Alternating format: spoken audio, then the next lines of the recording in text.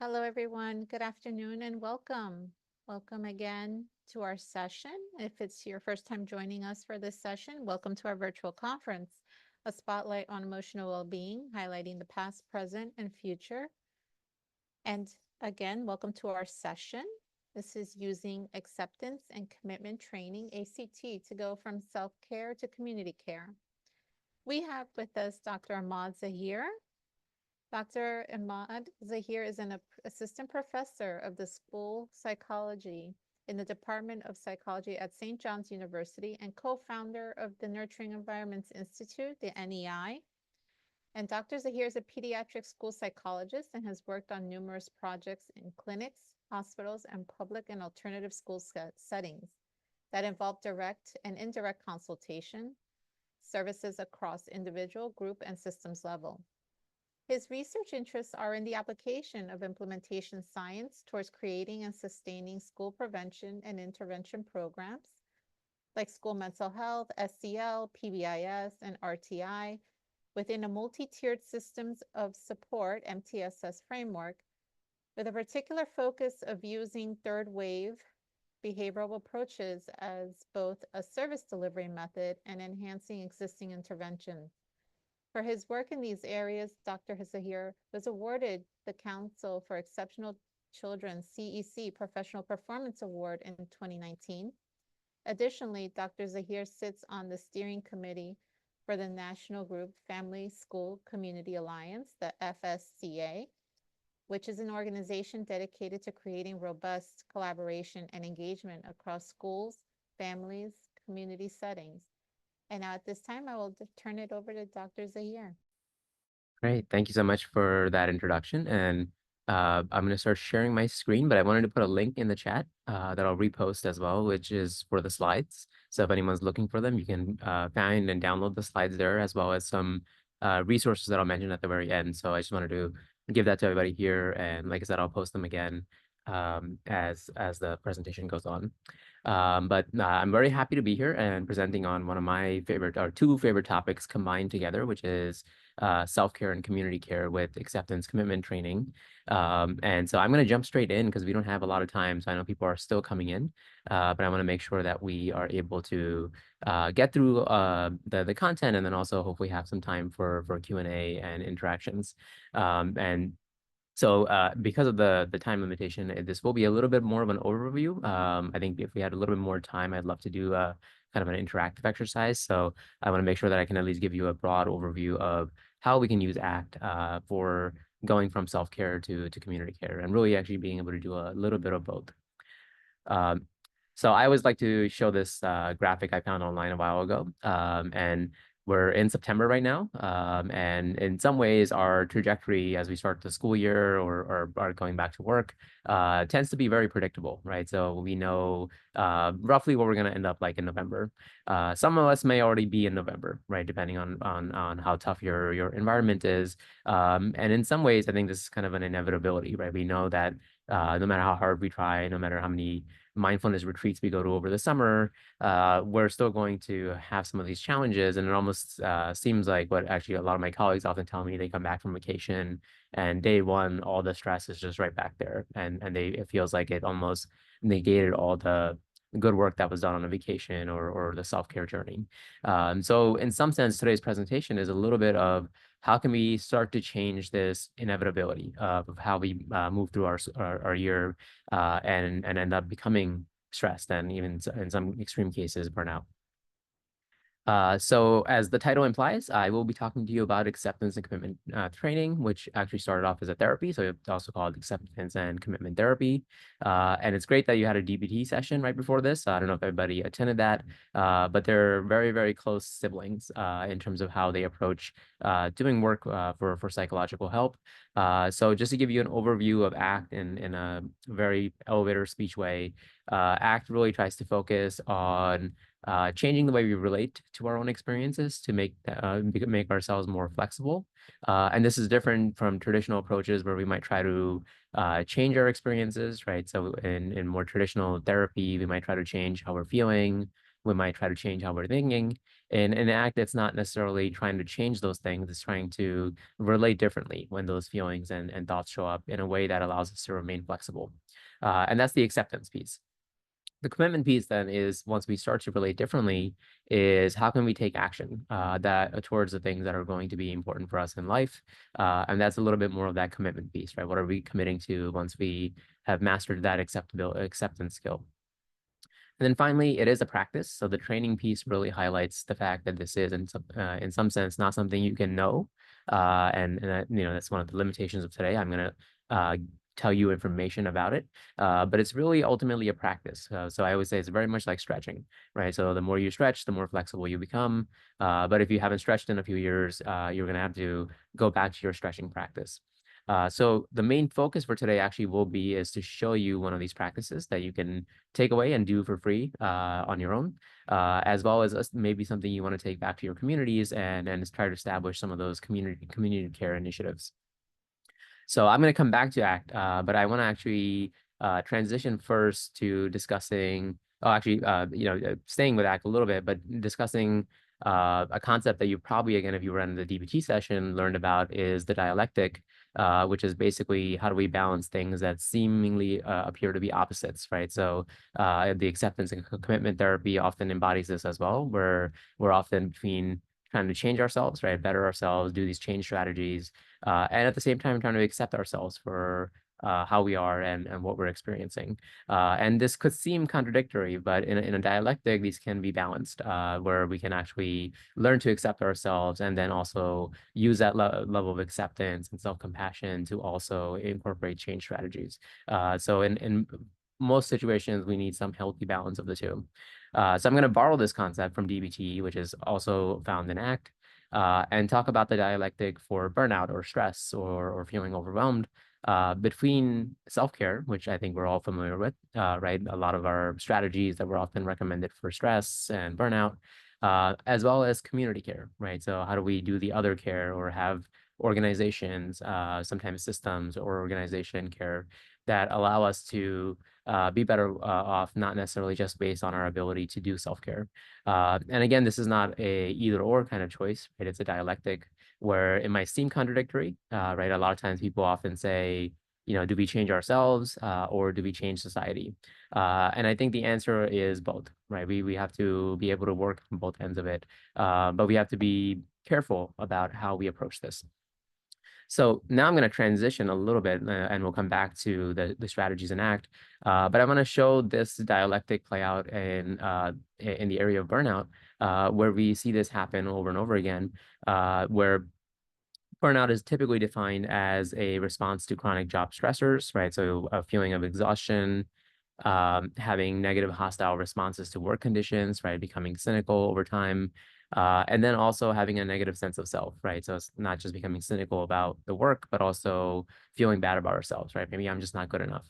And that's oftentimes a very, very common part of the experience of really thinking that you can't move forward.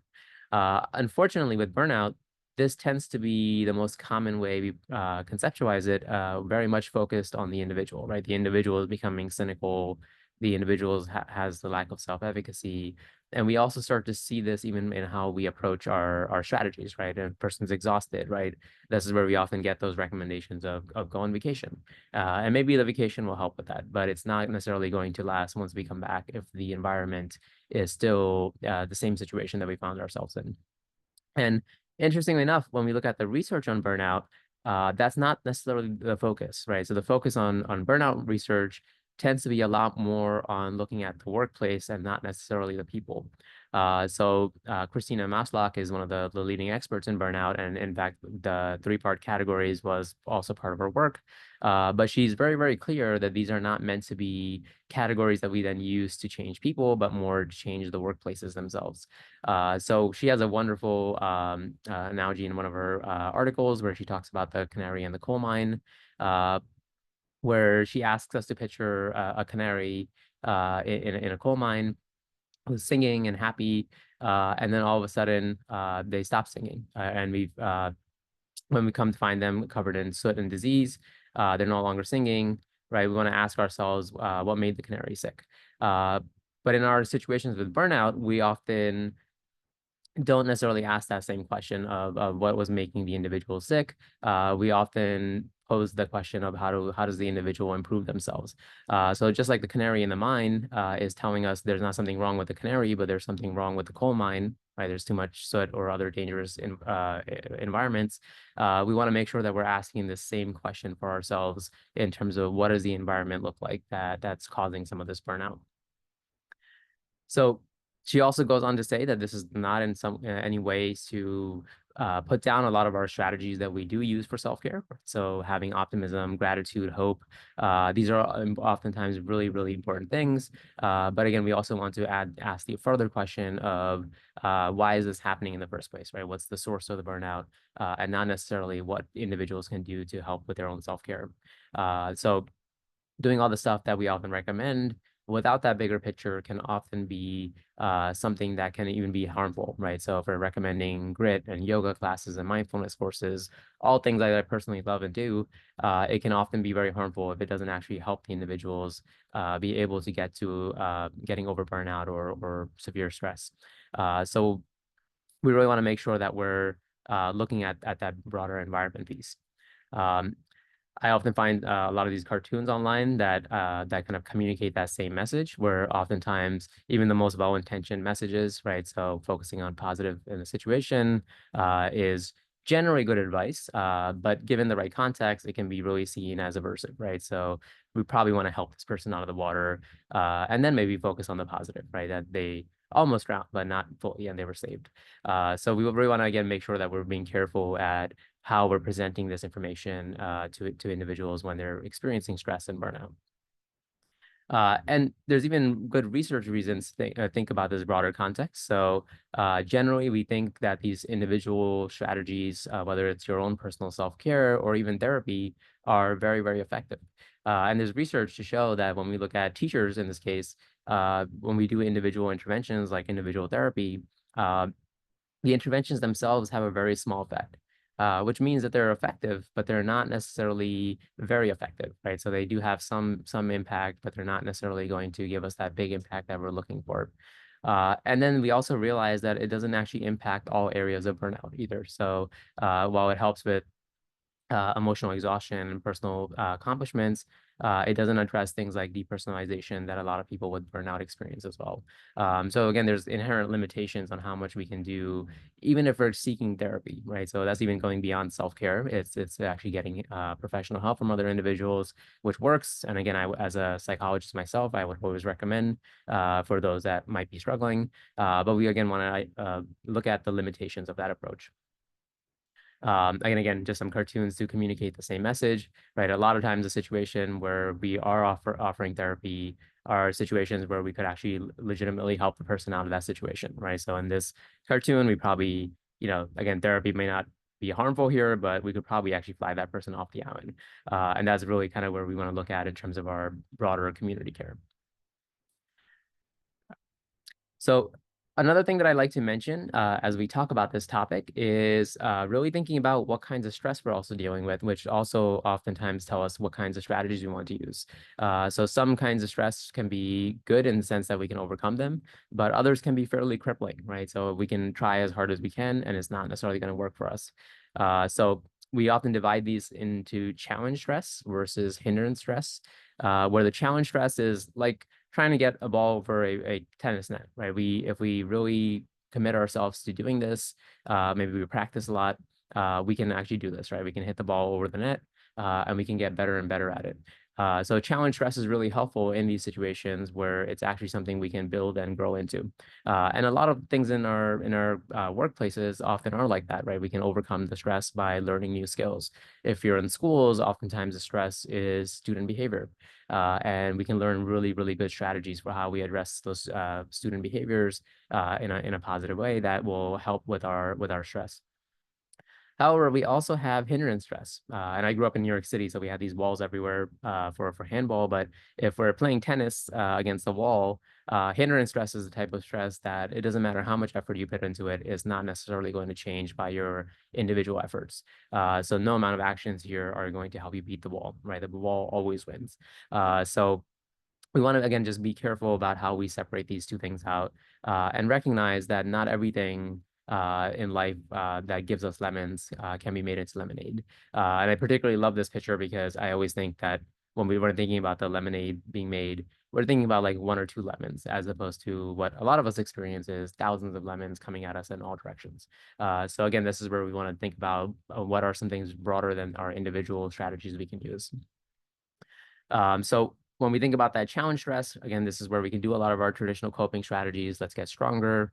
But when we think about what do we do for the hindrance stress, this is where we really want to think about more systems change, right? So we could break the wall, we could break down the system, and that's certainly an option. But we can also think about what kinds of supports we can garner up within our community to make the system better, right? So we have some options here on those strategies. So coping strategies, I'm not going to list the majority of them that are out there. There really could be anything that really helps you cope or helps you build resilience, right? So whether it's self-care or various wellness strategies or even going on vacation are wonderful for that individual level. On the prevention system change side, though, this is kind of the area that we are often under-focused on. This is where we want to try to create more nurturing and supporting environments, create better work conditions, and also psychological enhancements for work conditions, where we might not be able to change the environment, but can we improve it in the sense of psychological enhancements? And fortunately, the burnout literature actually gives us this, right? So the literature on burnout, including Christina Maslach's work, talks about what are the systems level changes we can make. And the most obvious one, obviously, is to reduce the workload, right? So that's really a very common place where we see burnout and stress is we're overloaded. And surprisingly, though, there's at least 5 other areas that we can focus on. One of them is choice, right? So how much choice do we have in the work we do as well as the way we do our work? Recognition systems, right? So not just pay, but also social rewards, right? Are you recognized for putting in extra work or going the extra mile, or is it something that's just largely avoided? How's your community, right? So especially thinking about that community care piece, are you in a nurturing group that support each other or in a more socially toxic environment? Fairness, right? So how fair are the systems in the area that you're working in, right? Are people rewarded for the hard work that they're doing, or do some people disproportionately get more rewards, or do some people not get punished for doing certain things that other people get punished for? And fairness, we found, is a big piece in this process. And then finally, values. So how we find meaning in our work, right? So our meaning of the work that we're doing can be a key piece as well. So in mental health and education, oftentimes this is something that we have in spades, but can lose track of it if we're really, really stressed out and burnt out as an organization. So this could also be something that we can do as a lever we can press to make some of these systems change happen. And the exciting thing about this list that I always found was that workload is the biggest thing that we tend to focus on, and it's also the hardest to change, right? It might just be the nature of the setting we're working in, right? We have 50 clients or we have new students coming in and we have oversized classrooms. But we can also, for the rest of these, focus on these regardless of what the situation is. And it's a lot easier to do the other 5 than to reduce the workload. Ultimately, I think we need to reduce the workload, but it at least gives us additional options of how we get there. And fortunately, there's research on this. So again, I'm not going to go through this, but there's actually research showing that organizational interventions to change climate and culture are really, really helpful for burnout and stress, and really looking at that broader piece of how we help individuals. The interesting thing about this research is that it also shows that it improves individual self-care. If we do the organizational piece, individuals are better at then taking care of themselves as well. So if we think about these 2 different strategies, I've already mentioned this at the beginning, right? Which one do we do? I always like to do both, right? So why choose one or the other? But I do prioritize the systems change in terms of long-term goals, right? So I always love this Edward Deming quote, bad system always beats a good person every time. And that always sticks with me because I always think of it as a matter of time, right? If you're very, very resilient, you're tough as nails, and you can really take on a lot of stress, you might last longer, but it's going to be something that eventually will catch up to you in terms of feeling overwhelmed or stressed or even burnt out.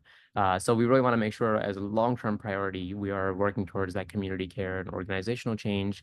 But paradoxically, we often have to start off with our individual selves, right? How do we start in terms of changing how we're doing so that we can even do some of the bigger work in terms of changing our systems?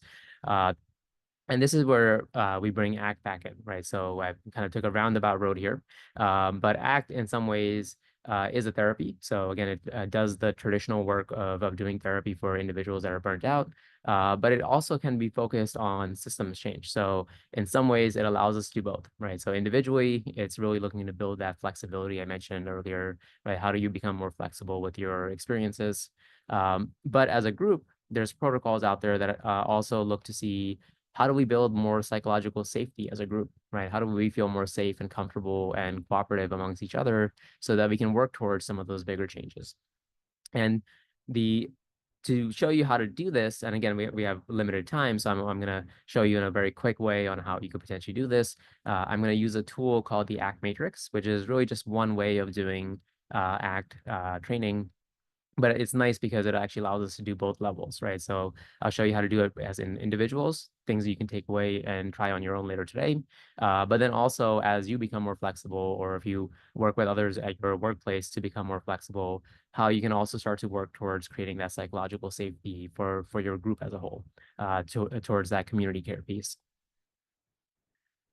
All right, so I'm gonna move through these in step. So I'll go through the two different loops of creating flexibility and safety. And then I'm also going to end with covering core design principles, which is also just making sure that as we do the work at the group level, that even that process itself is conducive for good community care, right? So for a team working at a school, we want to make sure that the teaming process itself is not burning us out. So we'll talk a little bit about how we can incorporate the same strategies even in the work that we're doing. So starting off at the individual level, the ACT matrix is tends to be a visual exercise. So it does require either paper or pencil or some kind of a screen in this situation. And what we want to do is use this diagram that we have here, one line going down and then a line going across with arrows, to notice and sort our experiences. So the first thing I always put on this diagram, and you could do this if you wanted to in front of you on a piece of paper, is notice what we're experiencing, right? So this is the mindfulness component of ACT, where we want to increase our self-awareness and notice what's happening both externally as well as internally. So one of the first things that we'll do is think about our five senses. That's going to really cue us into our outside view, right? So what are the worlds of our actions, things that we can see ourselves and other people doing? And again, we want to just notice what that looks like, right? So what are we noticing right now with our five senses, right? We might be seeing things, hearing things, smelling things. If we've had lunch recently, we might be tasting things. And again, we just want to take notice of what that's like right now for us.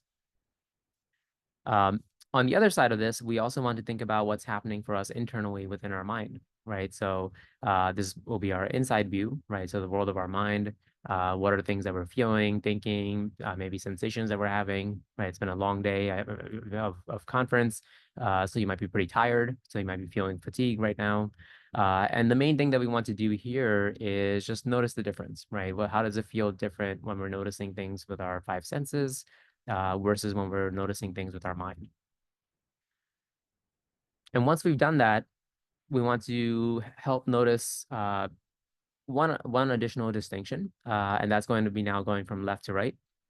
And this on one side, I'm going to put the word away.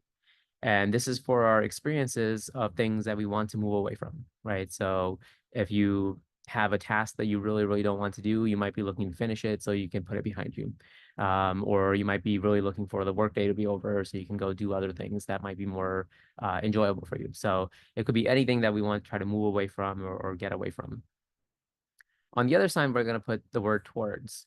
And this is for our experiences for things that we want to move towards, right? Things we want to come closer to, right? So we might all be looking forward to the weekend. I know I am, and maybe enjoy the last few warm days outside. But it could be, again, any number of things that you can think about that you might want to move towards, right? Maybe you're going to have a really good dinner tonight and then you're looking forward to it, or meeting up with friends and family and you might be looking towards meeting those individuals. And just like the other distinction between our five senses and our mind, we just want to notice the difference of how it feels when we're trying to move away from something, and also when we're trying to move towards something. And once we've done this, this is where we can start our exercise. So the exercise itself starts by helping individuals make those distinctions, right? So our outside world, our inside world, how we're moving away or towards things. And once we've set that up, now we can actually start to use this diagram to sort our experiences. And we do this by asking some questions, right? So we might ask ourselves who or what's important to us, right? Or what are our values? So what are some things deep down that we really, really find important that we want to move towards? And here, I'm just going to put some answers. Again, if we had more time, I'd actually have you write out your answers. Feel free to put these in the chat if you want to, as I'm going through this. But, if I was doing this, I would put things like family, integrity, children and students, maybe justice or health, things that might be important to me, right? People and things that are important to me. And this is going to be on the bottom side of the diagram because this is internal to me, right? You can't look at me walking down the street and know that I really care about family. This is something that I can tell you, or you can explore with me to figure out what's important to me. On the other side, we also want to ask kind of the question of what are stuff that shows up internally for us, so staying within the mind. Things like thoughts, feelings, and memories that move us away from these values, right? So we might all share some value of family or friends or people that we care about, but oftentimes we have anxiety or stress or being overwhelmed, feeling numb in different situations, pain, maybe even having certain thoughts, right? I'm not good enough. I should be doing more, right? Maybe memories of past conflicts that we've had. And all of these things could, if they're happening pretty intensely or often, move us away from these things that are important, right? So if I'm feeling very anxious, I might pass on a family event, even though I really value my family and want to see them. So once we've asked those two questions, now we can move on top of our diagram. So staying on the left side of things that are moving us away, we can now ask the question on our outside view, what are some behaviors that we find ourselves engaging in that move us away from our values?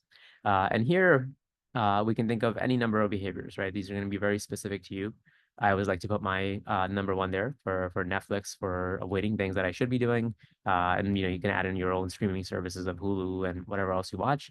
But we can think of all different ways people might move away from things that are important to them, right? We can do drugs, we can argue, we can isolate ourselves, we can overwork. Um, so any of these actions that are going to move you personally away from those things that are important to you. And that's a part that I want to emphasize, even though I know I'm moving pretty quickly through this, is that all of this is individualized to you, right? So because I value these things doesn't mean that you value those things, right? So you might have different values. And as a result, different things are going to show up for you internally and externally that are going to move you away from those values. And then our final question here is going to be, what are some behaviors we engage in that move us towards our values, right? So if we are trying to move towards all these things, of family, integrity, children, justice, and health, what are some actions we can do for that? And again, this will also vary based on your individual preferences. So again, I just put some answers over here, right? Maybe I'm going to set some time and prioritize family and loved ones. I'm going to set limits. I'm going to say no more often. I'm going to, maybe engage in professional development. I'm going to advocate for myself and others. And I'm going to engage in some, outdoor exercises, hiking, running, biking. So you can fill in again your blanks in there in terms of what you would do. And that's the first step of doing the ACT matrix, right? Again, we set up the distinctions and now we write out our experience, right? Really noticing what's showing up for us as we ask and answer these questions. And you can do that for yourself, right? Either right now or later.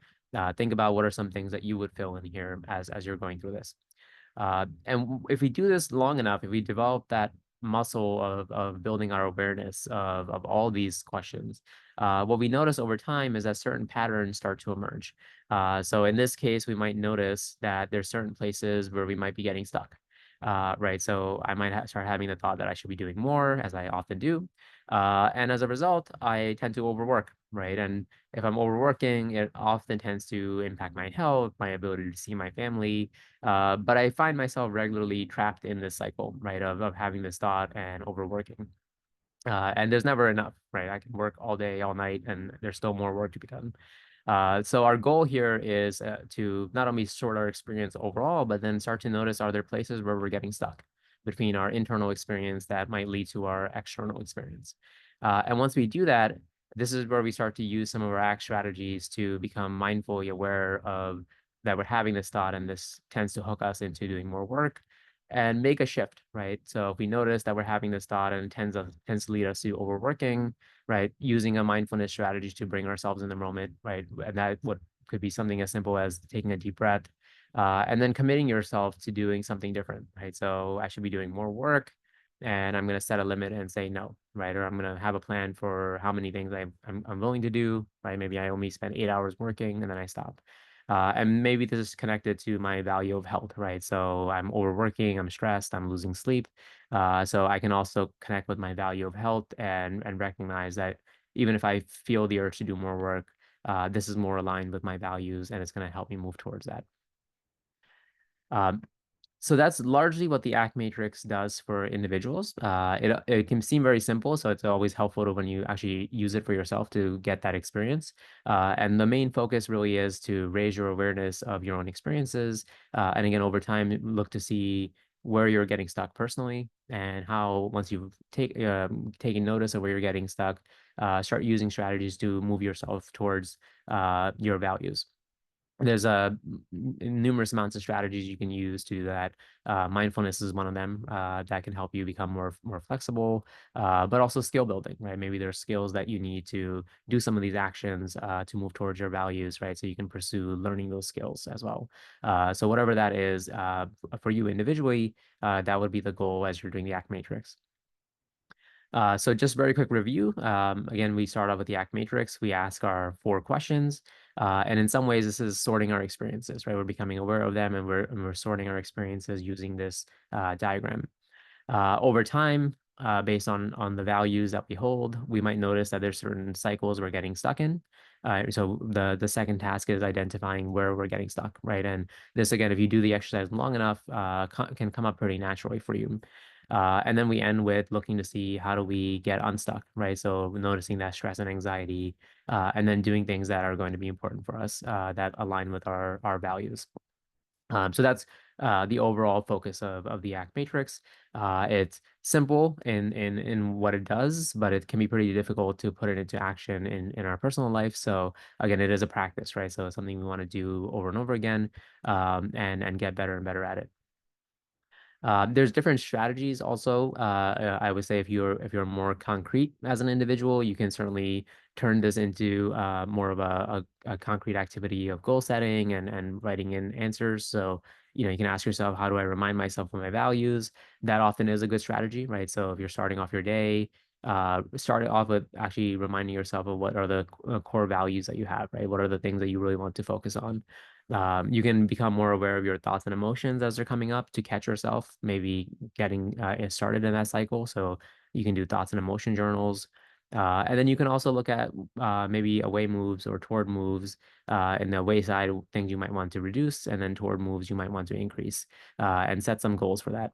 I've listed out 5, but I almost always do 1 because 5 is too much. But again, if you're more concrete and you want like very specific steps, once you've done the matrix, you can often use something like this to help yourself. You can also just use this in your mind, right? So a lot of times if I'm running around, I often close my eyes, take a deep breath, bring my values to my mind, compassionately accept whatever is showing up, right? If I'm anxious before I go into a big meeting, whatever that is, accepting whatever internal content is showing up for me. Um, Looking to be aware of or noticing any unhelpful actions I'm engaging in or will engage in, and then committing myself and trying to shift towards those actions that are going to be important for me. So this is kind of the opposite end of the spectrum where it's very abstract. But if you hate worksheets and goal setting, this could be something where you do again before you start your workday or something stressful. Some important caveats before we move on to, again, how we do this work in community care. I always like to just mention that as we do this activity, and especially when we're really stressed out and we're trying to get a lot done, it's very, very easy to use good strategies to become harsher with ourselves. So I always say that when we're doing the ACT matrix, we really want to make sure that we're doing this with a healthy dose of self-compassion, right? So when we talk about away moves, it can be seen as a failure, right? I committed to doing X and I didn't do that. In fact, I did something that moved me away from the thing that I was trying to do. But we want to recognize that sometimes that's very much needed, right? So when COVID hit, a lot of us had to engage in a lot more relief moves because things were very stressful and we needed more relief than we might typically need. And long term, of course, we want to try to move towards our values and have that greater satisfaction and contentment. But again, understanding that this is a little bit based on our situation and how things change in our lives. So I always say that if you are really really stressed out or going through something intense at the moment, again think about what's the right balance for you, right? So you might have a normal balance if you're really really good at this to have a 80% moving towards and 20% moving away. But if you're going through a particularly stressful time, that might change down to 70 and 30 or even 60 and 40. So again, it's not really meant to be used as a tool to get a lot more, shame and self-blame, but really using it as a way to understand what you need and being able to again sort your experiences and become more flexible in how you're approaching these situations. So I would like to throw that in there because again, it's very very easy for all of us to kind of slip back into it, and in some ways this becomes an additional task that we're trying to achieve, right? So it's really more about setting that balance. Personal example of this, 5.5 months ago, I had my first child, a baby daughter. And I can tell you almost immediately all my wonderful self-care strategies went out the window. And I engaged in a lot of relief moves, mainly by eating really bad food, and resting and then doing all kinds of other things that I normally wouldn't do. And again, that to me is still very much aligned with this model, right? I'm shifting my actions based on what I need in that moment, right? That's not necessarily always going to be the case, but it's something that's needed at the current moment. Okay, so this brings us to how we do our group version of this, right? So we've developed an individual flexibility. Our next step really here becomes how do we do this as a group? How do we get that bigger change happening? We're thinking about our hindrance stress, right? The things that we individually are not able to overcome. And again, fortunately, the ACT matrix allows us to do the same work with the groups as it does for individuals. So you notice in the middle circle here in the group matrix, we change the term me noticing to us noticing.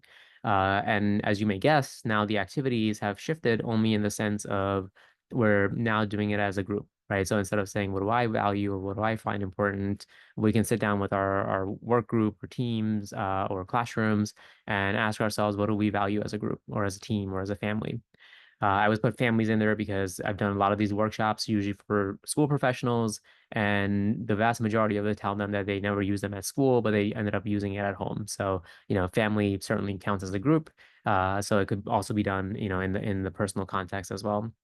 But again, we can generate a list of what's important to us as part of our group membership. We can also ask the questions of what gets us stuck, right? What are some internal experiences that we might share that show up for us that move us away, as well as what are some actions that we notice ourselves doing, right? So maybe we're burnt out and becoming more cynical, and we notice that more and more of us are starting to come in late, right? That's something I've noticed myself when in situations where I felt burned out, right? I start to lose track of a lot of the deadlines and coming in late. So we can talk about this as a group, right? What are some things that are getting us stuck as a group that are going to help us move forward? This is also an area why it's important to start as individuals because developing that flexibility individually is really, really important to have this conversation in an honest way, right? So if I'm going to mention something, an action that I notice we're doing as a group that is not helpful for us, uh, I have to expect some pushback and maybe even some anger from those people that I'm working with. So having that flexibility to deal with some discomfort is going to be really, really important for all of us if we do this activity as a group. And again, our goal here is the same, right? Once we start to notice this, where we're getting stuck, is how do we make that shift then over to actions that are going to move us towards our shared values and goals. So we are starting off with the flexibility, but then we also want to move that to the safety as a group. And then really be comfortable with sharing uncomfortable things, right? How do we make sure that we actually have a way to be able to bring up those uncomfortable topics so we're not hiding it or not necessarily sharing that out? I've developed over time some strategies for this because it's very hard to do, even if we are more flexible. So sometimes I'll even survey people and say, how many things did you want to bring up that you didn't feel comfortable bringing up? And I don't want to know what those things are. I don't even want to know who you are, right? I just want to know as a group, are there people in my group that don't feel comfortable bringing up certain things? And if that's the case, we can target that, right? That means that we haven't developed enough flexibility and safety as a group. And let's just focus on that first before we get to content and other actions that we might want to do in terms of moving towards our values. So this is kind of the work that we can, again, use the same thing we're doing, act with individuals, with ourselves, but then scale it up to our groups. This is also an area where we can bring back some of the work I showed you earlier, right? So thinking about the work of systems change for burnout, right? The 6 areas of workload, enhanced choice, recognition, positive communities, fairness, and values are now things we can think about as a group, right? What are some things that we can do to reduce the workload, right? Maybe we add employees. We can ask or add more choices. We can be more flexible on how we offer those choices. We can add in more social recognition, creating more positive culture and social community. That's really kind of the heart of the community care, right? It's, you might be in a very tough job, but do people support you, and are the people around you really helping you out as you go through? Again, ensuring fairness. That's pretty much a human universal. No one likes unfairness. And then values, right? Again, making sure that we connect to these. And I'm pretty sure that most of us in the field have a very good sense of what we value, but again, it can really get hard to remember what those are in those really, really hard moments. So as an organization, how can we put to get forward our work on our values?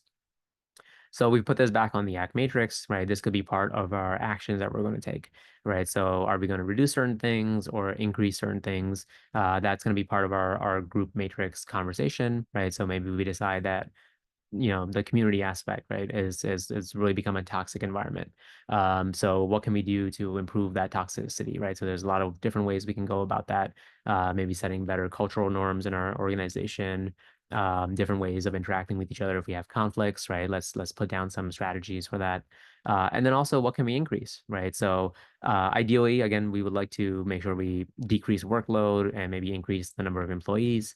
But if we don't have that option, at least not immediately, can we do stuff that is often doable in almost any situation, right? Can we increase the choices that we have, so we have more autonomy in the work that we're doing? And we can go through all the other 4 areas as well, all right, and think about how we can enhance our organization and our community by increasing these things. All right, so final thing that I want to mention to you, as I mentioned earlier, is the core design principles. And this is really just looking to make sure that, again, as we work as a group and as a team, that this is not another source of burnout, right? So it's kind of similar to the having a lot of compassion for yourself as individuals. We really, really want to make sure that when we're doing this group work, that it's done well, right? And it's done with all the same things that we're looking for when we're doing the work for other people, but applied to ourselves as a team or as a group. And this work, just as a quick citation, it comes from the work of Eleanor Ostrom, who is not in the field of mental health, but she passed, was a Nobel Prize winning economist. And her work is really, really fascinating because she traveled around the world, studying all different types of groups, from corporations to to farmers, around issues where they had to share common resources, right? So work environments are a good example of this, but really any community that has resources that they share. And what she found was that whenever these groups were successful, they had these core design principles in common, right? So it didn't matter which group it was across the whole world, which country, which culture they were in. All those groups had these 8 core principles present for them to be successful. And so the ACT researchers noticed her work and incorporated it into their protocols called pro-social, which is basically the group matrix. So you can see here the core design principles that Eleanor Ostrom has, and you can see how you can probably see how it fits very nicely onto the matrix work that we've been thinking about, as well as some of the burnout factors, right? So, and none of these should surprise you, right? So, thinking about any group that you've ever worked in, right, having a group identity and sense of purpose, that's going to get at the value piece. Fair distribution of costs and benefits, fair inclusion and inclusive decision making, right? Really looking at that fairness piece, monitoring agreed upon behavior, graduated sanctions for misbehavior, fast and fair conflict resolution, authority to self-govern, getting at choice, and then even appropriate relationships with other groups, right? So how do we interact with the outside systems as well? So simple principles, but again, this is why Eleanor Ostrom won the Nobel Prize, because she showed that this was almost a human universal. It didn't matter where you were in the world, what you were doing. If your group has these 8 things, you're going to be successful, or you have a very high chance of being successful. So when we go back to the matrix, when we're doing this as a group, we really take these into account, right? So when we think about our values, right, this is where we develop our group identity and purpose. When we think about actions that are going to help us, that are aligned with our values, right, these are what are the actions that align, and also how do we monitor progress towards those actions. We also want to make sure that we have a plan for when we are taking actions that are not moving us towards, but moving us away, right? And how do we address some of those conflicts, right? And maybe even hurt feelings, right? Some conflicts and feelings of unfairness that might show up as a group, right? So where we're getting stuck in terms of our actions as well as our feelings. So using these core design principles becomes, again, a central focus of the group matrix as we're doing some aspects of developing that community care and changing our system to be healthier and better able to take care of individuals. Fortunately, there's also a lot of tools related to this. So there's actually a lot of great surveys and tools that we can use to even measure for our team or our organization as a whole, how much do we feel that we're living up to these principles that Eleanor Ostrom came up with. Go back here for all 8 of them. So are we doing all these things in our group and our organization?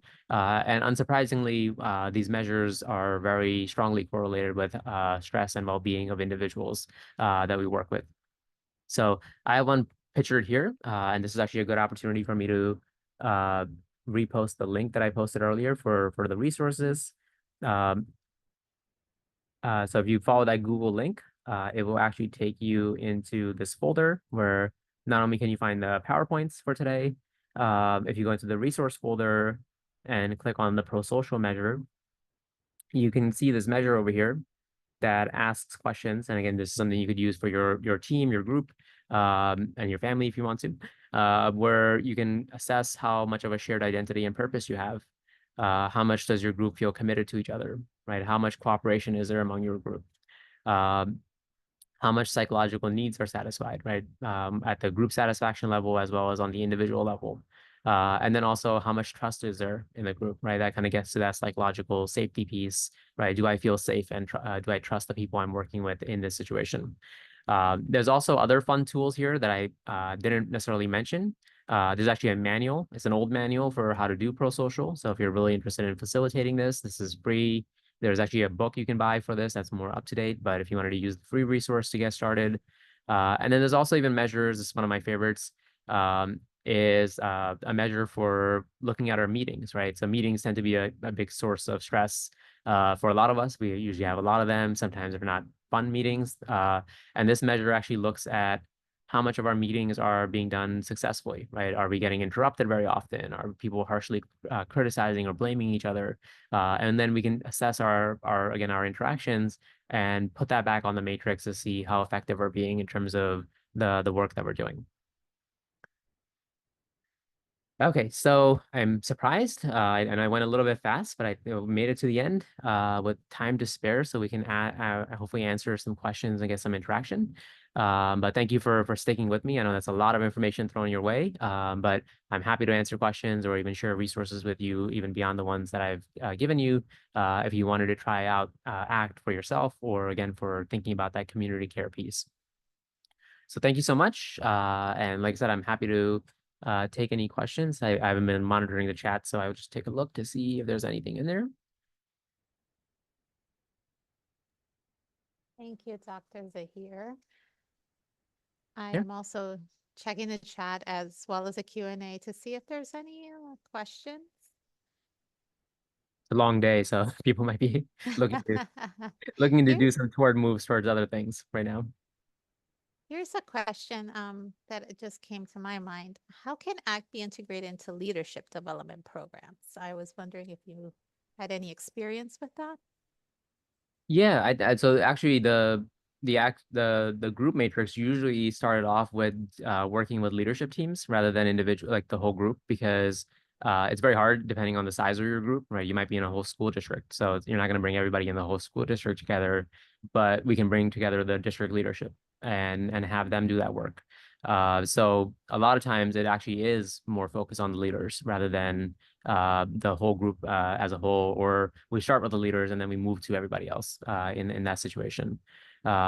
On the individual level, if you're a leader yourself and you're just looking to do this work, if you're again a principal and you want to improve your leadership, I would say you can start with just doing the individual psychological flexibility piece, right? So much of leadership focuses on not getting defensive when people that are working under us bring up criticism, right? And maybe they're looking for help, and if we're unable to remain flexible with some of those experiences coming in, we probably are going to do things that contradict our own values as leaders, right? I want to be a very supportive leader, but if I shut down a conversation that criticizes my leadership, right, that's going to actually work against me. But understandable, right? We're all human. None of us want to hear criticisms, right? We want to hear positives.